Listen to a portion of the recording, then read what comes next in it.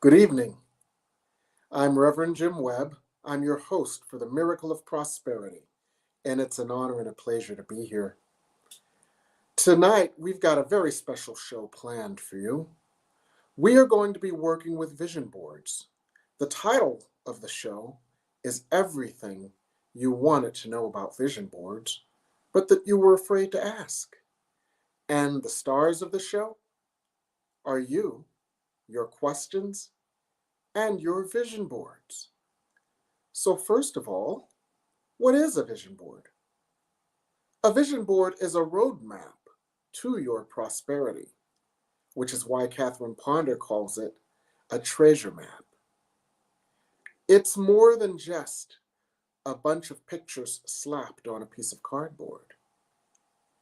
It's your command to the universe as to what you want to see outpictured in your life. It is also a reflection of your heart's desires. And there are a number of different ways to enable your vision board to be made manifest. I actually wrote an ebook called Your Self-Manifesting Vision Board with a new and radical approach to looking at a vision board and working with a vision board that practically guarantees its manifestation. And that's one of the things we're going to talk about tonight. How to create your self-manifesting vision board. And I want to answer any questions you have about your vision boards. So I have a little help tonight. I have our producer, Michael Mangus, who's going to be with us, and he's going to be asking some questions as well. Hi, Michael. If I only just knew how to push the button. Hi, good evening, Reverend Jim. How are you? I'm doing Blessings. great. Blessings to you. How are you doing? I'm doing quite well, sir. How are you? We had a little technical difficulty getting on, but we're here. So, Yes, so we did. thank you to But everyone we're here now. watching. Yes. Yes. Yes, I'm glad we're here now. And we're going to have some fun tonight. We're going to answer all the questions people have had about vision boards. And I did your show recently, and you had some very interesting questions about that. Well, yes, I did. And we talked about vision boards are uh, one of those tools that I don't use. Mm-hmm. So it's interesting to be able to talk to somebody who does, and especially the topic of the book, which is, you know, how to create your own self-manifesting vision board. So my question is, what makes the vision board self-manifesting? Now, again, and you talked about it with about Catherine Ponder's whole Yes. idea of being able to put pictures on a piece of paper of what you desire, Mm-hmm. and then to go ahead and to look at it, and also to keep it private. That's another thing I learned about vision boarding. How to use a vision board. So, what makes this different than what Catherine Ponder and then other teachers have taught? Yes. In other words, what makes a self-manifesting vision board? Right. My approach to vision boarding is different than any other approach to vision boarding, and my approach practically guarantees that a vision board will be self-manifesting. The reason is that my vision board includes a great deal of thoughtfulness, a great deal of forethought, a great deal of inner examination of what within us would say no to the vision God is saying yes to. And it includes a great deal of preparation. You know, anybody can do a vision board, just like anybody can paint a wall. But the how good a paint job you get is based on your preparation. Anybody can paint a wall, but what good is a room painted a different color if that color is all over your carpets, all over your windows, all over your windowsills, all over your baseboards? Then you've really just messed up. So by the same token, my self-manifesting vision boards use a great deal of preparation. For example, the first thing we do is include God in the vision. And this is very important because quite often when we think of a vision board, we just slap a bunch of stuff up that we want. But when you want something, it is indicative of a lack and that you don't have it. And so when you want something, you don't have it. And when you put that on your vision board, you just continue the energy of lack. So all of these things that we put on our vision board, if you just slap things on mindlessly, you are slapping things on to compensate for what you believe you do not have. And if what you believe you do not have is going on the board, that's what you're going to create more not having. So what we do first of all is we include God by doing visioning Okay. versus creative visualization. So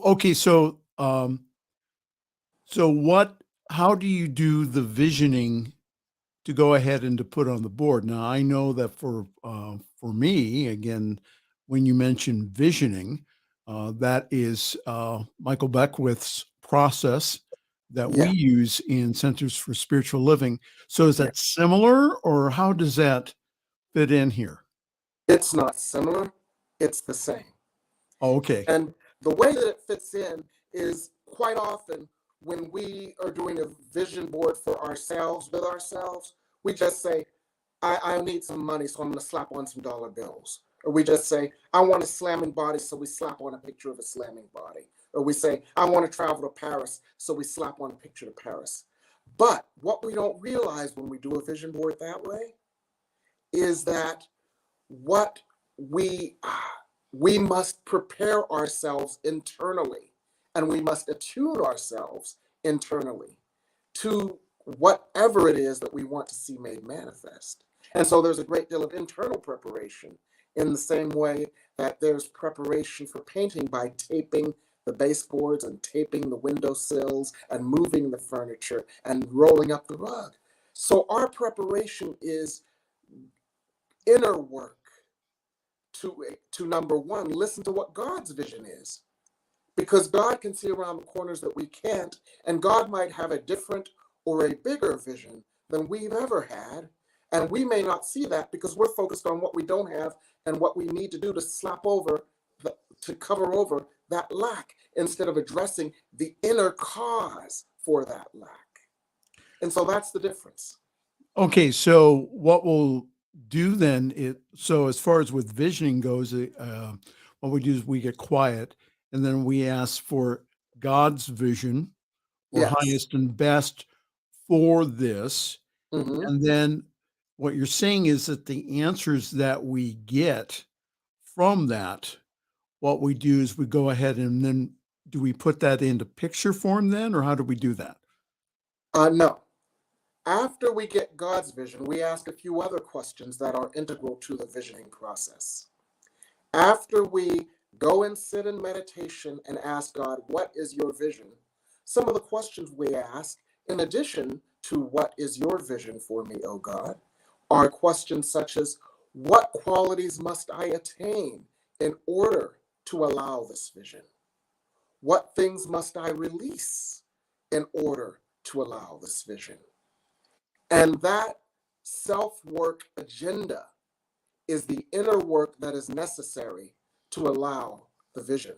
So in other words, when we do visioning, we get not only God's vision for us, but we also get God's guidance on how we can allow that vision, what qualities we must attain, and what things we must release.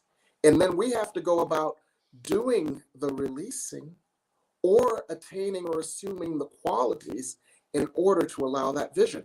And that's a very integral part of the vision board as well as the visioning process. So one of the things that I do in teaching how to do a self-manifesting vision board is I integrate transformative and affirmative prayer in the vision board, because my vision boards are based on transformative, and affirmative prayer. So you may ask, go ahead. No, I'll tell you what, why don't we hold the question and a couple of things? We're having some technical difficulties on your end with the sound. It seems like it's crackling.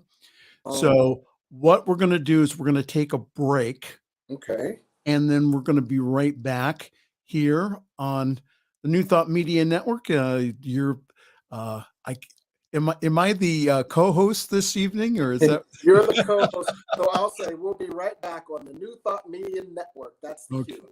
New Thought Media Network is on the rise. We're looking to grow with you. Do you have technical media experience or perhaps a desire to learn? Are you willing to volunteer your precious time and attention? We share this message to benefit all. If you possess a computer with a camera and a microphone, we will share our knowledge with you. Behind the scenes or being the star, let us bless our one. Contact us at info@ntmedia.org. Choice, your creative superpower. We have the power to manifest as we dedicate attention to our thoughts, but often miss opportunity to achieve the greatest good. Your superpower is waiting to be unleashed to unlock a fuller, more rewarding world for all. Join us every Thursday at noon Mountain Time for Choice, your creative superpower with Zoe DeMuro.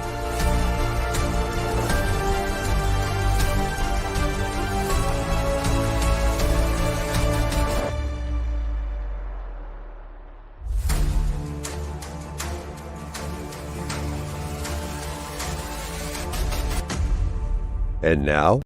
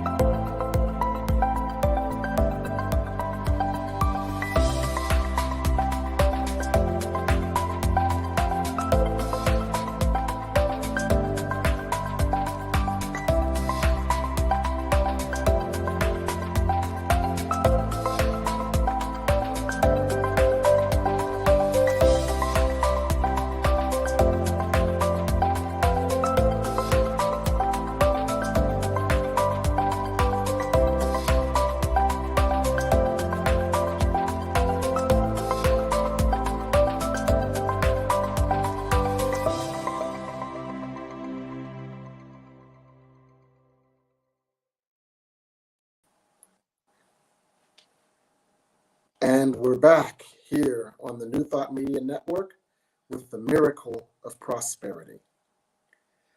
Now, your question, Michael, was what makes visioning and integrating visioning into the vision board different, and what yes? makes the vision board self-manifest? Mm-hmm.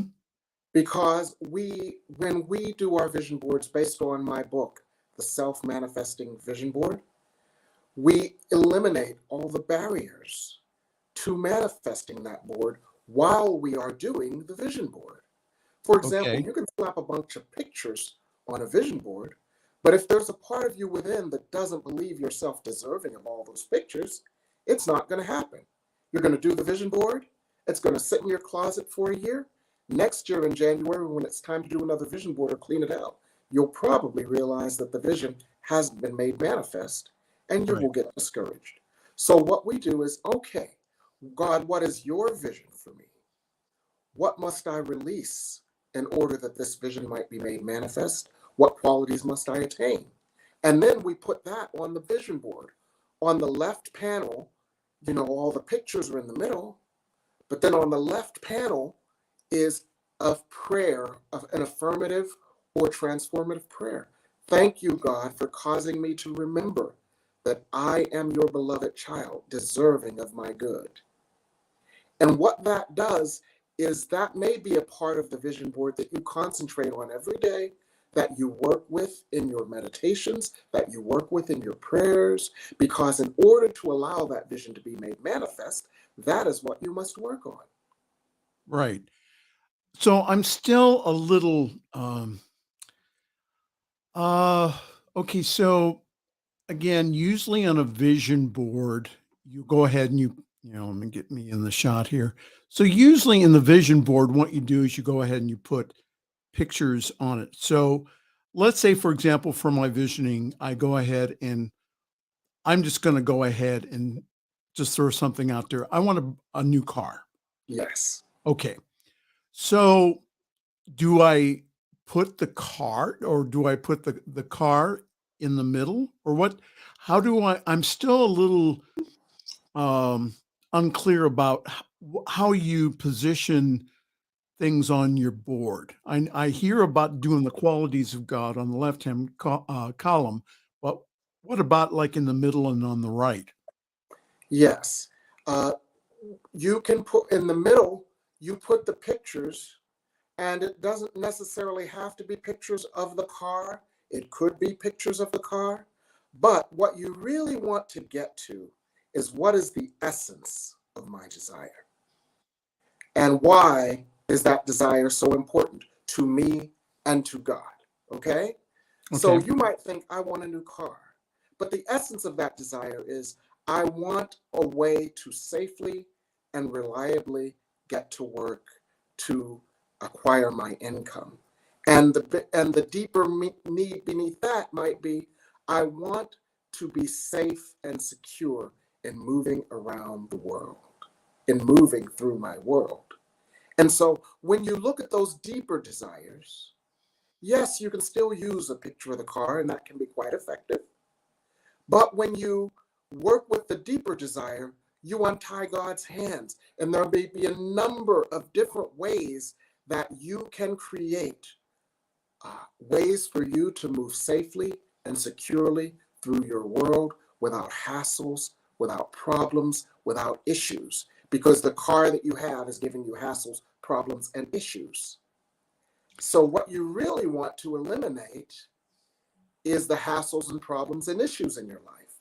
And a new car is one of many ways that those hassles, problems, and issues can be eliminated. Does that make sense, Michael? It's starting to. So I'm okay. So we can put the picture on, but what you're saying is to focus on the what the information that we got from the visioning is to focus on that. Now, do we put that in word form or do we put pictures up or how do you put that on your board? Okay, first of all, you focus on the feeling and not the thing, although you can use pictures of the thing. But what is the feeling? In this case, the feeling is, I have an effortless, joyful, easy life that I can navigate with peace. So you might put those words on, or you might put on other symbols that indicate an effortless, joyful life that you can navigate with peace. It could be something like you just laying, looking satisfied in a field of lilies, or something like that. It has nothing to do with the car, but it gets you to the feeling, I have a joyful, effortless life that I can navigate with peace. And so what that does is it unties God's hands, because God may have a bigger vision for you than you even dare imagine. And my My favorite example of that is Jennifer Hudson. Do you know who Jennifer Hudson was or is? Uh, Singer, actress? Yes, she's a Okay. singer. You know All how right. she got her start? No, please tell me. She got her start on American Idol, and she Okay. lost. She Hmm. lost spectacularly because Simon Cowell told her a version of what many people have heard all their lives. You are nothing, you won't be anything, you're never going to be anything. And of course, she sassed Simon Cowell back, but that didn't keep her on American Idol. She then left American Idol, and for a hot minute, she was sad. For a hot minute, she was dejected. But she said, I'm going to Hollywood anyway.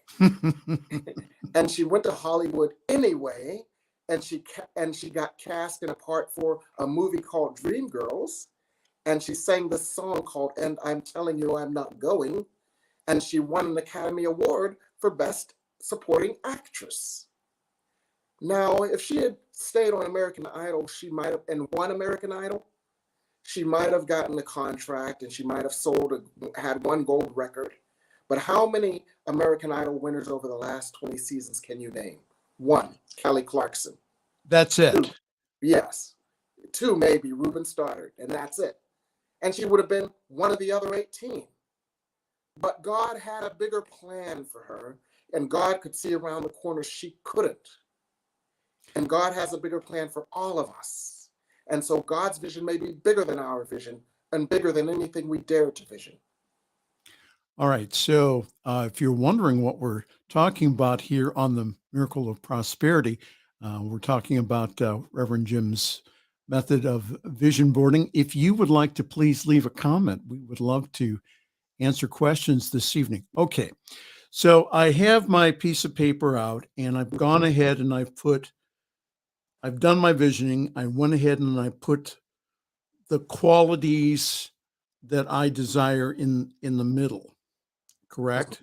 Okay. Yes, yes, the feelings, the end feelings or things that symbolize the end feelings of what it is that you would like to experience. Okay. So then to the left then, Hmm. I do an affirmative prayer, which is on my vision board.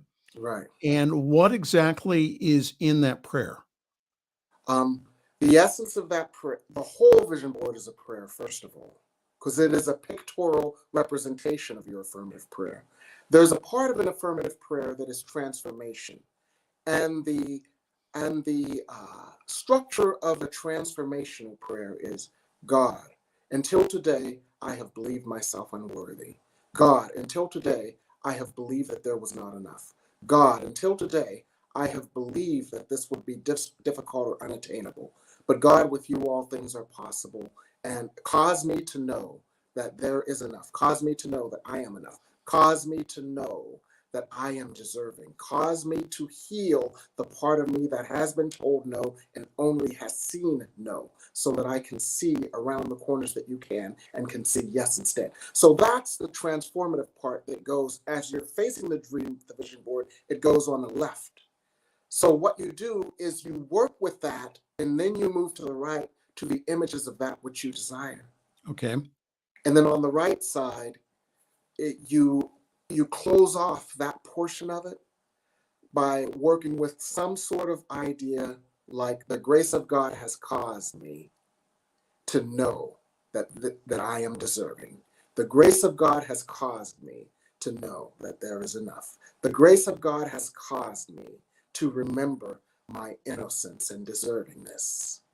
So what you're doing is you're sandwiching the vision with what qualities must be attained and what things must be released.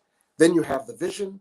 And on the other side, you sandwich that vision with, and these qualities have been attained, these things have been released. And that allows everything to fall down to the bottom of the vision board, which is the thanksgiving and release. Thank you, God. And you thank God then for that which you have envisioned, and you release it to the universe. Wow. See, now again, that's not necessarily taught when you do vision board work, is that usually, again, you just go ahead and you get again, a bunch of magazines and go ahead and cut stuff out and then go ahead and paste it on the vision board. Nothing wrong with that Nothing wrong with that. at all. And that, my friend, the late Dr. Charlotte Manning, I mean, she used to do vision boarding like that.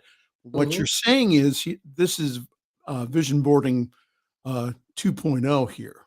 Yes. So now do you when you do this, do you do it only for one desire, or is it for or is it just for the qualities of God that were revealed to you during the visioning? What I recommend is doing a vision board for everything. There was a hot sauce commercial recently where the person on the hot sauce commercial says, "I put that stuff on everything." And what I recommend is, first of all, doing a vision board for whatever it is that is your core issue. Because whatever it is that is your core issue is going to show up in every area of your life. So if you want professional prosperity, your core issue is going to show up there. If you want financial prosperity, your core issue is going to show up there. If you want relationship prosperity, your core issue is going to show up there. So the first thing I suggest is do a vision board for your core or recurring issue. And what that vision board is likely to consist of, in addition to the title, which is something like, "I love and accept myself completely and unconditionally," and you use a symbol of God on the top, whatever symbol of God makes sense for you. Somebody recently used the MGM lion. People use an ankh, people use a cross, people use a vision of a saint or a Mother Mary or Jesus or whatever. But you start it with that. Then in the middle, you probably have pictures of your inner child or pictures of yourself at the most pivotal ages of your life, where you received miseducation, where you began to believe and where thoughts began to crystallize that you were not enough or there was not enough, where you began to doubt your lovability or your love ability. So you put those pictures in because that is what is being healed. And then you do the affirmative, you do the transformative portion of the affirmative prayer on the side.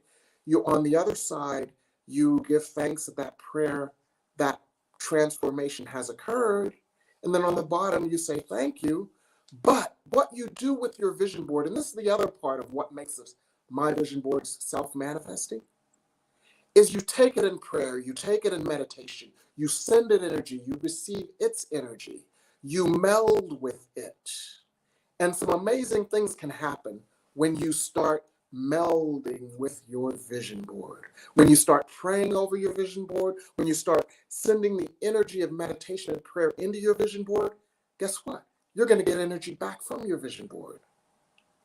There are some amazing things that happen when you start melding with your vision board, Michael. Yes, and so I just wanted to put the book up there. If you do not have a copy of this book, please go get it. It's available on Kindle for only $2.99 for this wonderful method, and it will go ahead and explain a little bit more about how to create a self-manifesting vision board, bringing your vision board to life. Yes. All right, so I mean, we talk about on our show. We usually have individuals that come on and talk about blocks to our prosperity. So, is this a part of the creative process where we go ahead and we start planting new seed about what we want in our life? Explain that and how we can use the vision board to do that. Yes. We can use the vision board because we can incorporate, the vision board incorporates God's vision. And it is also a roadmap to manifesting that vision. Because the part of vision boarding that I use that is different is removing the blockages. And as we often say, Prosperity is already there. Our task is to remove the blockages that keep us from experiencing it. So this roadmap is a roadmap for removing the blockages. And that's why my method is self-manifesting. Okay, so I have this. What size paper do I use? Do I use a big sheet? Do I use a small sheet? What do I do as Do far anything as you want. And this okay? is what I mean by that. You might have vision boards that you work with regularly as part of your daily spiritual practice. And this is why my vision boards become self-manifesting, because they are integrated in your daily spiritual practice. You just don't do them and throw them in the back of your closet. You do them and you work with them every day. But I've had people who have done vision boards by going over to the printer, getting an 8.5 by 11 sheet of paper, scrolling some, writing something on the top, writing something on either side, putting, going to their printer, printing out some pictures that they Google, and then and putting those on, and sitting there and meditating on it. And I've had people start doing this at 2 o'clock and have that vision made manifest by 5 p.m. For example, in a class that I did this past week, somebody did their vision while we were doing the class, because the class was called the 30-minute self-manifesting vision board. Okay. And while we were doing the class, she was she was Googling pictures, printing them out, putting them on, and real time working with what was happening in the class.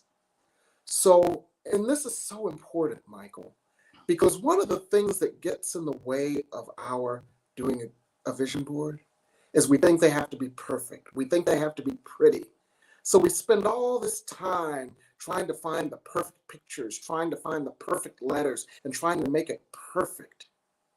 And that literally voids the purpose of the vision board. The purpose of the vision board is not to be pretty and perfect.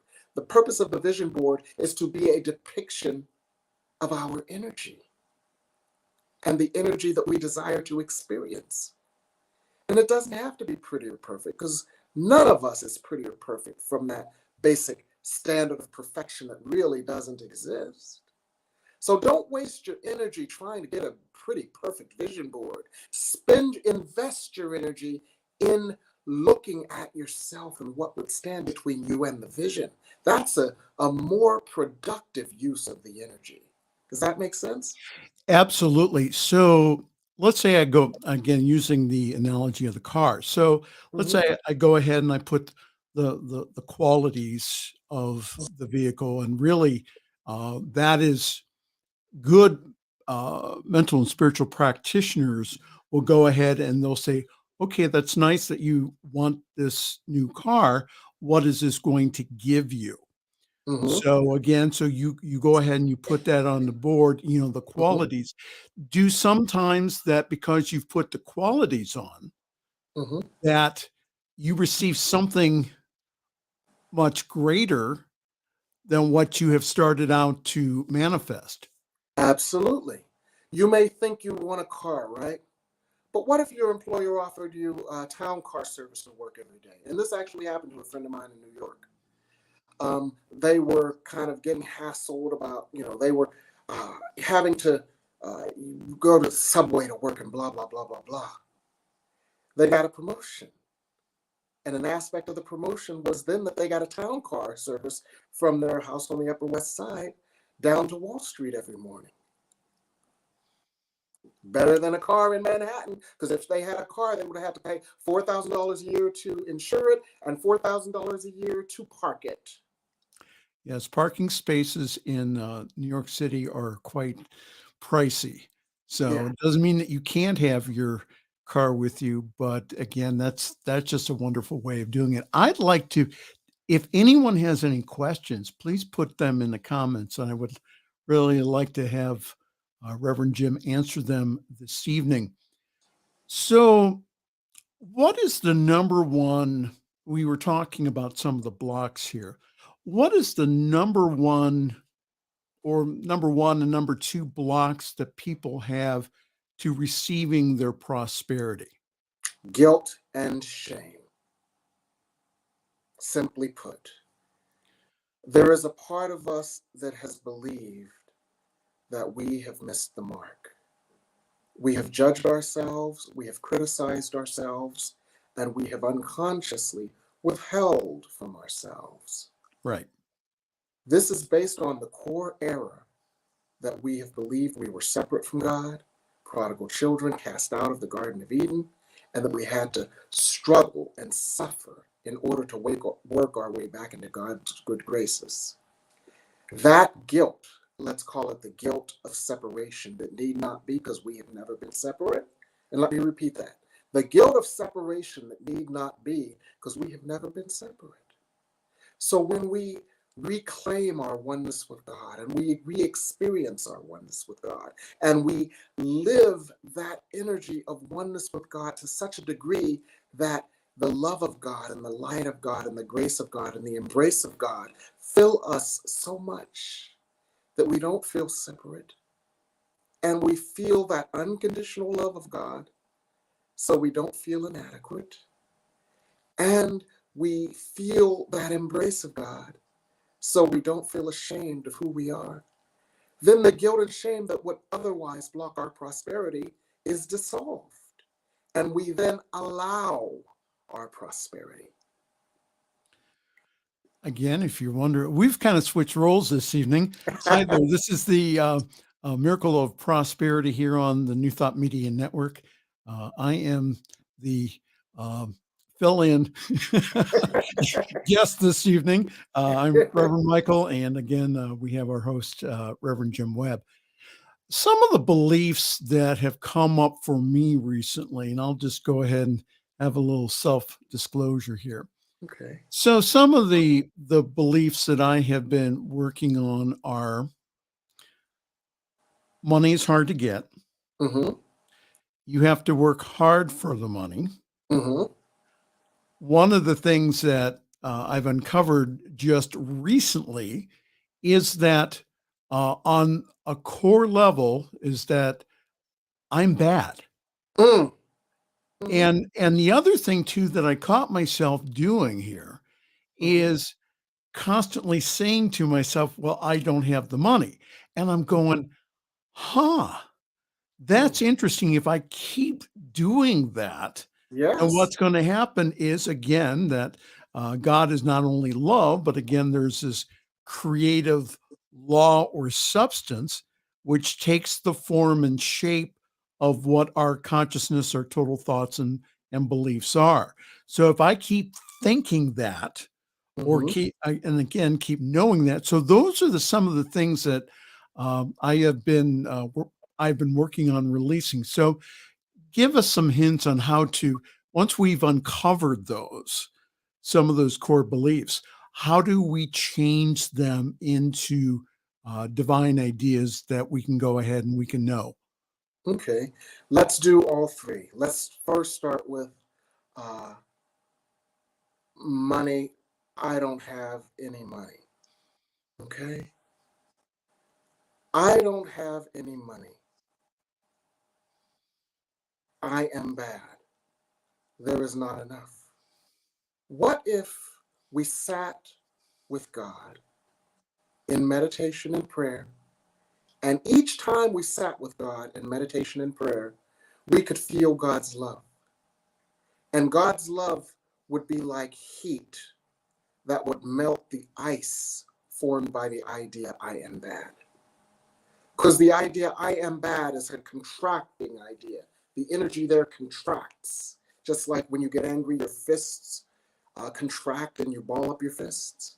So what if God's love, each time you felt it in prayer and meditation, caused you to release and relax those feelings of I am bad, because you instead felt embraced by God, and you could feel God telling you, I am good. Or you could feel the feelings of love, and your mind would start shifting to, I must be doing something good. I must be good. Like that song, The Sound of Music.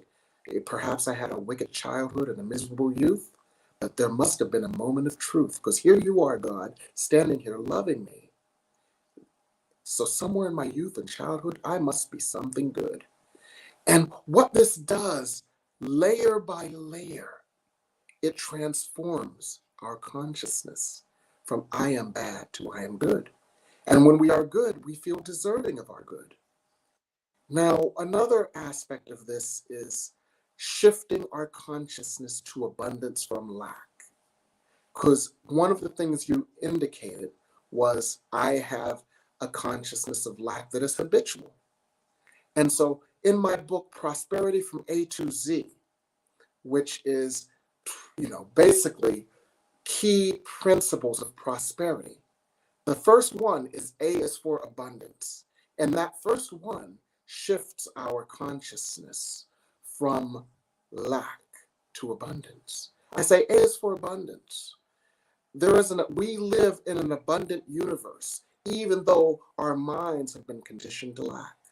So one of the exercises I offer in that one page, A is for abundance, is look at the trees, especially in the spring. Look at how they sprout out leaves and how this dispels the myth that money doesn't grow on trees.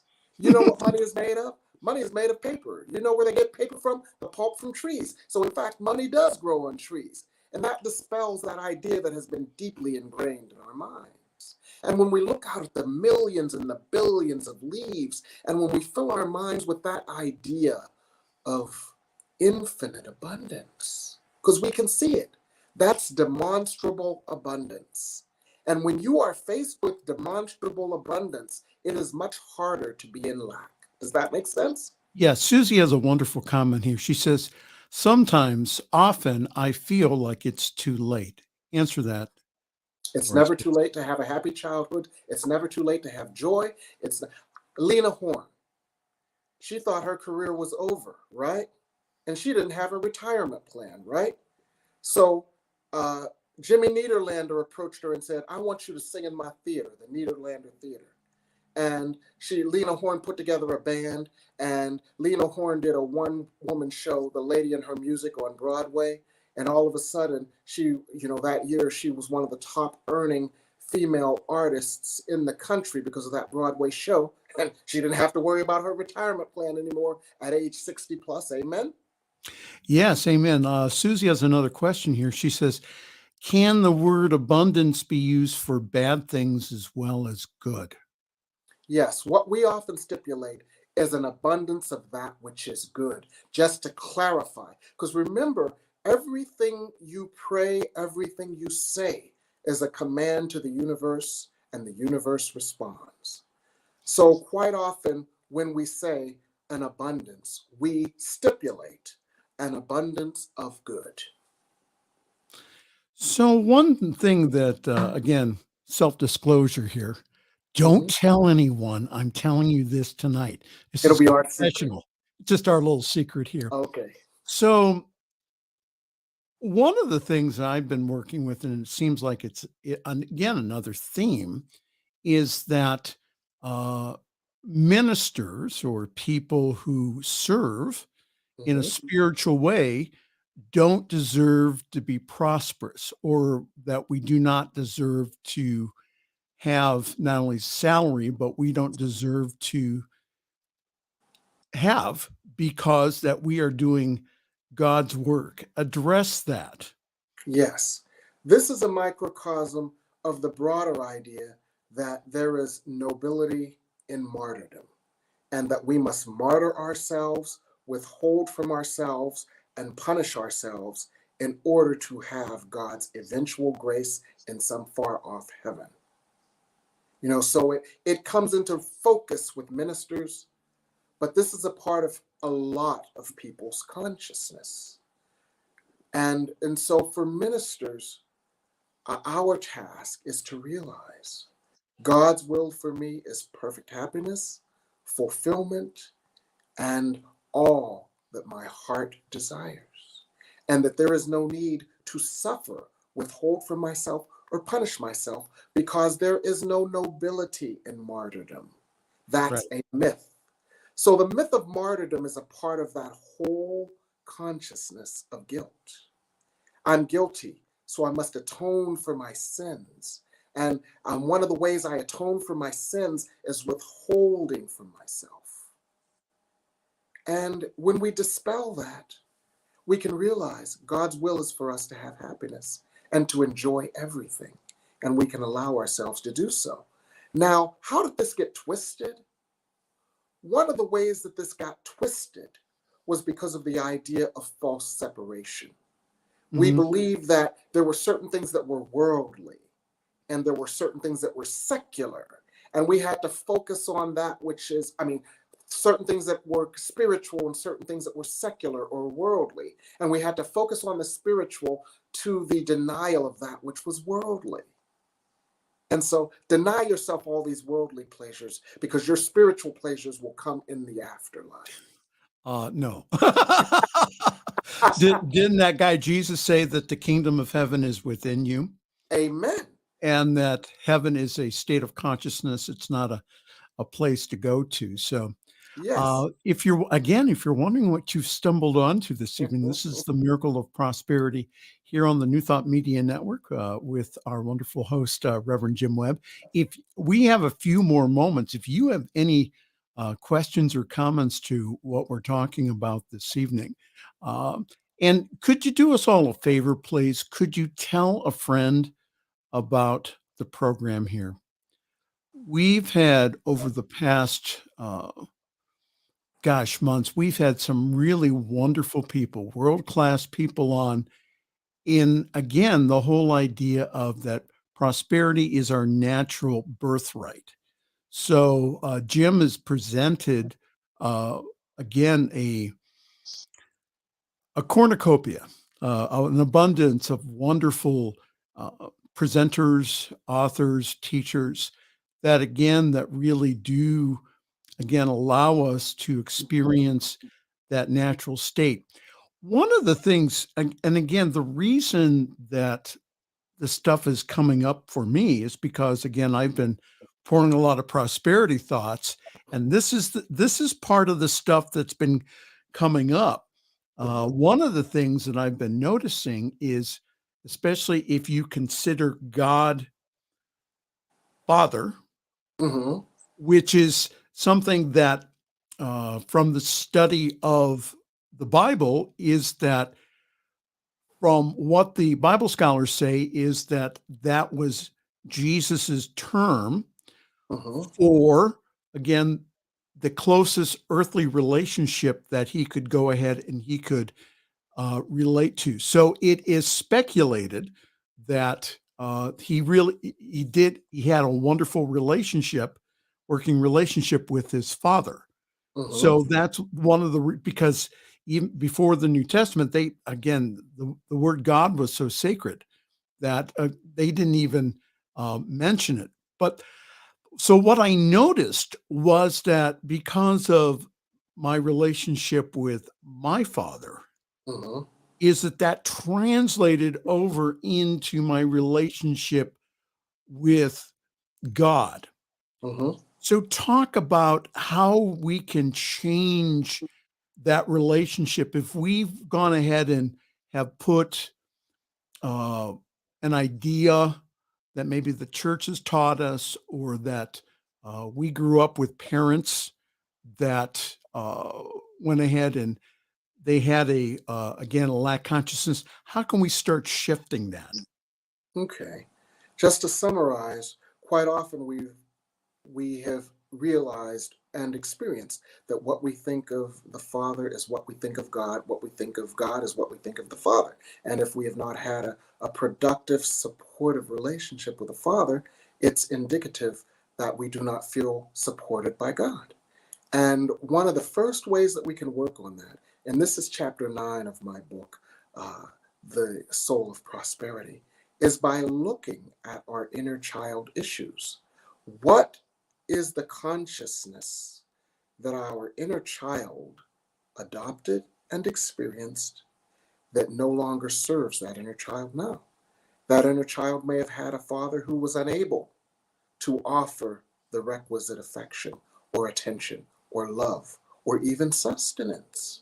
And that inner child may have felt less than. That inner child may have felt guilty, shamed, or like something was wrong. And those energies festered for decades.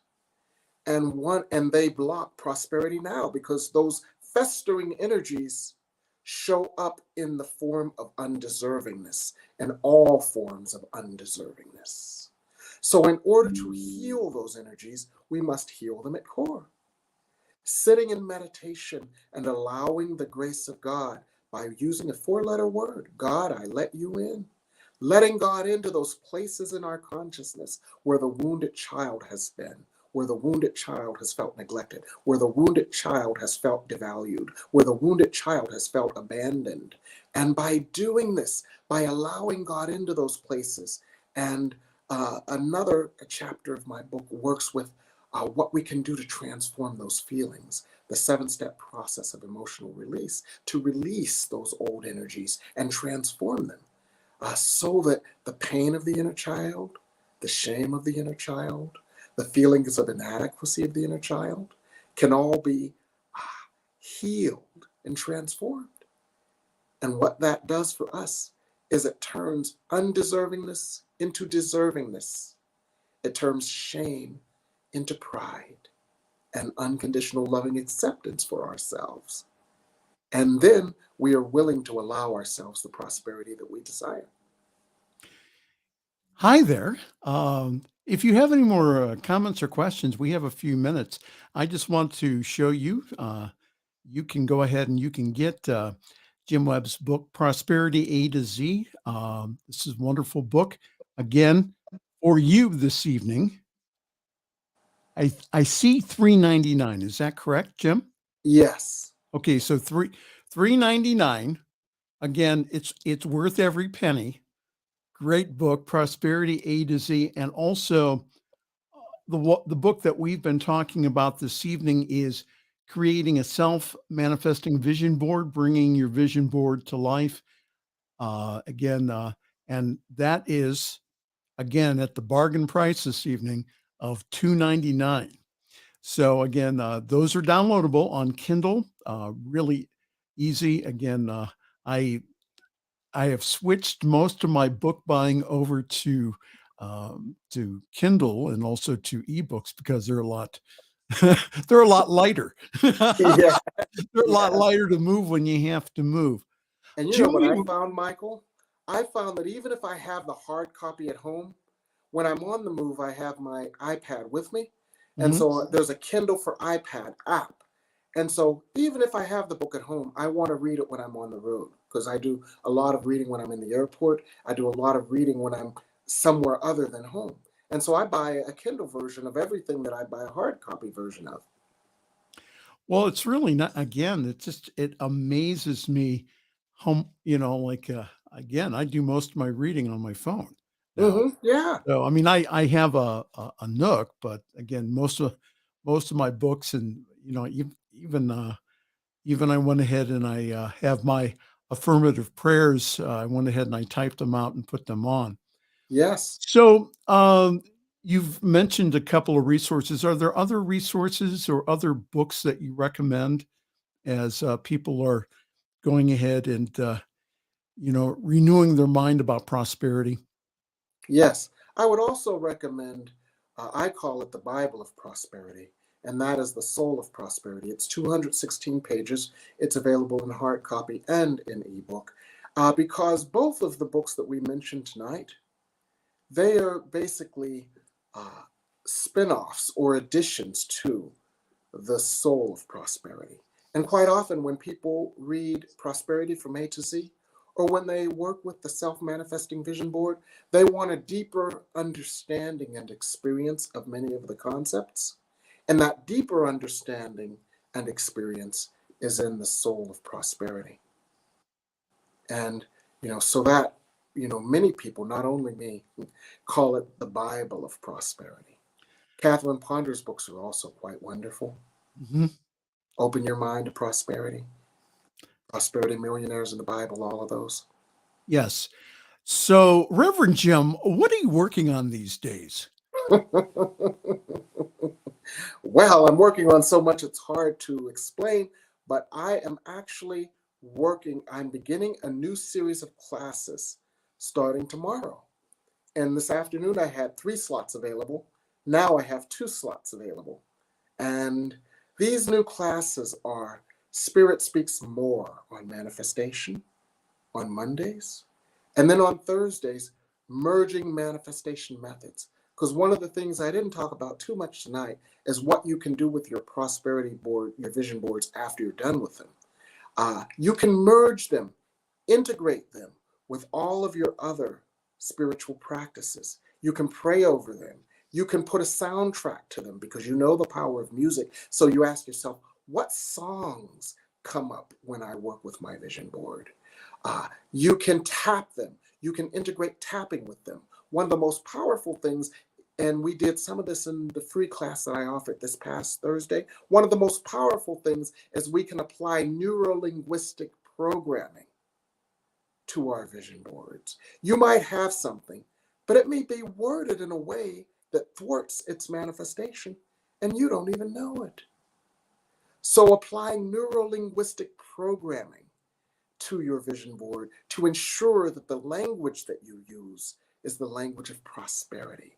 That's a part of what we do with our vision boards on an ongoing basis. And merging manifestation methods will merge those methods with our vision boards, and it will merge other methods with them, like the Silva method, the mind mirror method, and the power of chants, and the power of dance. So those are both wonderful classes. And you can text me at 202-253-6009, or you can check out my website where these classes are also described, and I have 2 slots still available. And if you're wondering, his website is revjimwebb.com. 2 slots, and then that's it. And then that's it. That's it. So if you're wondering, if you're sitting on the fence here, just go ahead and do it. You'll be glad you did. We're out of time. Boy, an hour flies by quickly. Again, thank you, Reverend Jim. Thank you this evening. I've learned so much, and thank you for using using me as the kind of the self-disclosure. Now, I just want everyone to know this is just between us, okay? So don't tell anybody else, all right? All right. Jim, again, it's just thank you so very much for being in my life, and it's a real honor to be able to do this. Do you have any parting comments here before we go? I just want to thank everyone for being continued supporters of the New Thought Miracle Network and the Miracle of Prosperity. So thank you all for being here tonight, and thank you all who will be viewing this during the course of the week. And thank